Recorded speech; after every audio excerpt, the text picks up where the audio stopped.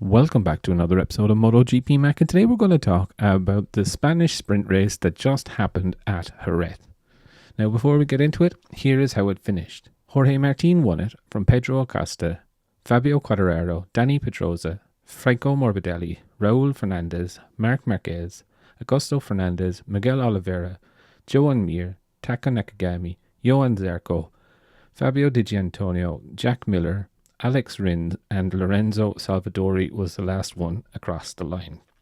Stefan Bradl crashed, Luca Marini crashed, Maverick Vinales crashed, Marco Bezzecchi crashed, Elia Bastianini crashed, Brad Binder crashed, Alex Marquez crashed, Pecco Bagnaia crashed, and Aleix Espargaro crashed. So, as you can hear by all of those crashes, it was an absolute mental race and an absolute crash fest like I've never seen it before.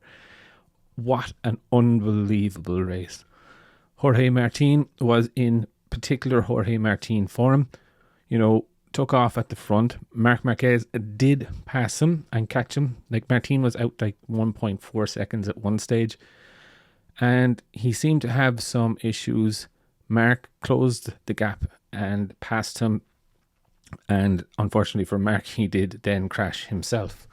Pedro Acosta, great race from him. Joe kept his nose clean, very aggressive at the start, but really, really good. Again, coming home second in the sprint when a lot of experienced people around him were falling. He stayed on. Fair play to him.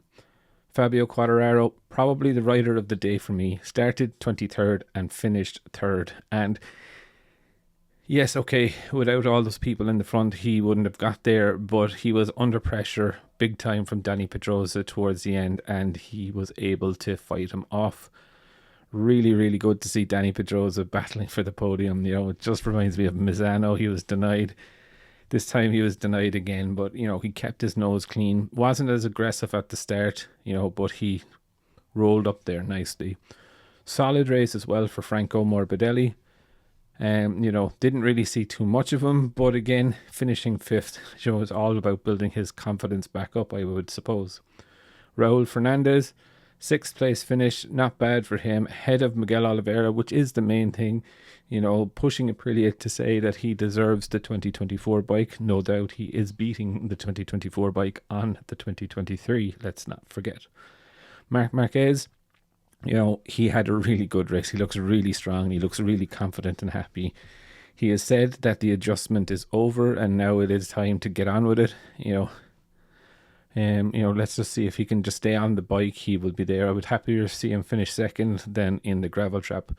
Now, he did score points in this sprint, despite the crash and running into Joan Mir and getting a penalty of having to give up one position.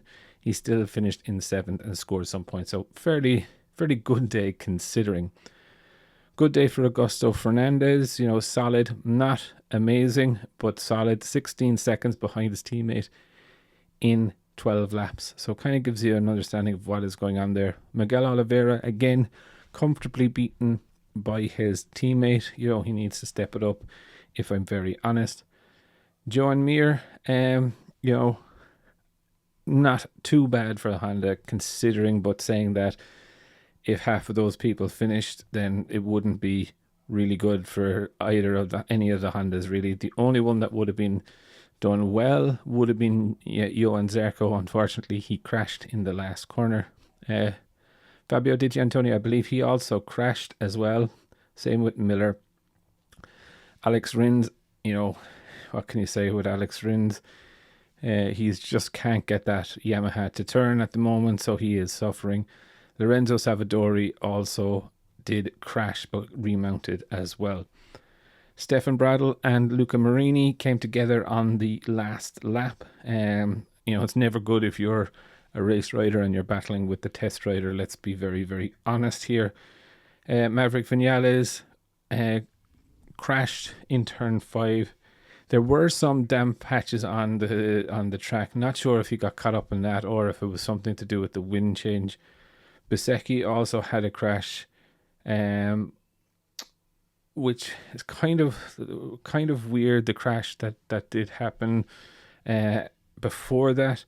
which Enea Bastianini, Brad Binder, and Alex Marquez. It looks like they all crashed in sympathy with each other at the same time. You know, they were miles away from each other and they went down. Pecco Bagnaglia's crash. Look, we all know that 3 doesn't go into 1, and you know, it was a racing incident. You know, Brad was slow off the last corner after making a move from Mark. And, you know, Pecco went around one side of him. Bisecki went the other side of Binder. And they met in the middle. Nothing really majorly on that. Aleix Espargaro crashed early as well. You know, you will always be worried with the Jerez crashes, that, especially in the fast corners, but he seemed to be all right. But saying that, it was absolutely epic. It took me about 25 minutes before I could do the video after this race just to calm down and just breathe.